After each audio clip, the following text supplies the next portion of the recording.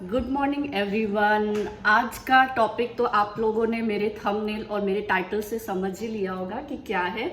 फिर भी मैं आपको बताती हूँ कि मैंने अपने थंबनेल में नीरज चोपड़ा का पिक्चर लगाया है।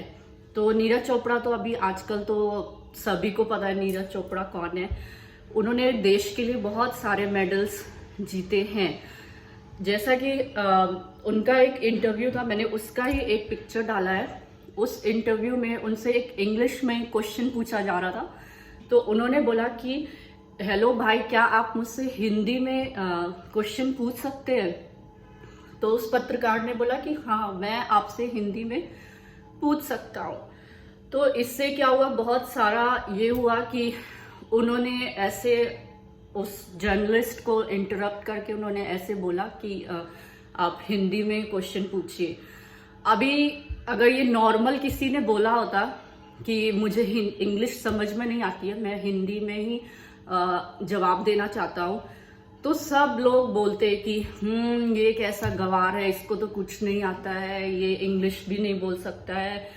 जो लोग बहुत अच्छी इंग्लिश बोलते हैं, मैं उनके बारे में कुछ नहीं बोल रही हूँ कि अच्छा है, आप एक लैंग्वेज को बहुत ही अच्छी तरह से जानते हैं, आप बोलते हैं। बट प्लीज, आप अगर बहुत अच्छे से इंग्लिश को बोलते तो इसका मतलब ये नहीं है कि जो हिंदी बोलते हैं उनको कोई नॉलेज नहीं है। अगर मैं सबसे यही कहना चाहूंगी कि आपको जिस लैंग्वेज में जैसे भी जो चीज आती है, आप उसको वैसे रिप्रेजेंट करें। कभी अपने आप को ये मत सोचे कि हाँ, मैं हिंदी में बोलती हूँ। आधी से ज्यादा पॉपुलेशन इंडिया की तो इस वजह से बहुत सारा सक्सेस या काम करने से अपने आप को रोक देती है कि नहीं, मैं कैसे इंग्लिश में बोलूंगा, मैं नहीं बोल सकता, तो मैं ये काम नहीं कर सकता, मैं स्टेज पे नहीं जा सकता। इसीलिए मैंने इसका टाइटल रखा है कि कभी भी अपने लैंग्वेज को अपनी नॉलेज से मत ये कीजिए, तराशिए।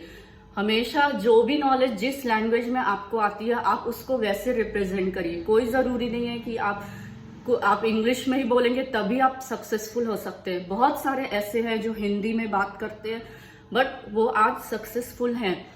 तो कभी भी अपने हिंदी भाषा से कभी अपने आप को मत आंकिए कि आप लो हैं या बहुत ज्यादा ये है। हाँ, अच्छी बात है, इंग्लिश बोलिए। हमेशा कोई ना कोई लैंग्वेज तो सीखते रहना चाहिए। आपको ये एक लैंग्वेज लेके चलिए कि हाँ, मुझे ये चीज सीखना है।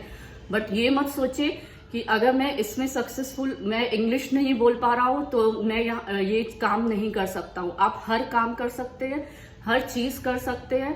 बस आप उसमें एकदम 100% अपना वर्क दीजिए, 100%। नीरज चोपड़ा, क्योंकि वो एक बहुत ही सक्सेसफुल, उन्होंने मेडल लिया, इसलिए वो उन्होंने ये बात बोली तो लोगों ने कुछ ऑब्जेक्टिफाई नहीं किया। बट अगर वही कोई नॉर्मल होता तो उसको ऐसे लोग बोलते। तो अपने आप को इतना ज्यादा इम्प्रूव कीजिए, अपने आप को इतना ज्यादा अच्छा बनाइए कि आप भी अगर हिंदी में कहीं पे भी बोलते हैं तो लोग आपको सुनना चाहे। योगी आदित्यनाथ को देखिए, नरेंद्र मोदी को देखिए, ऐसा नहीं कि उन लोगों को इंग्लिश आता नहीं है बट वो हिंदी ही बोलते हैं।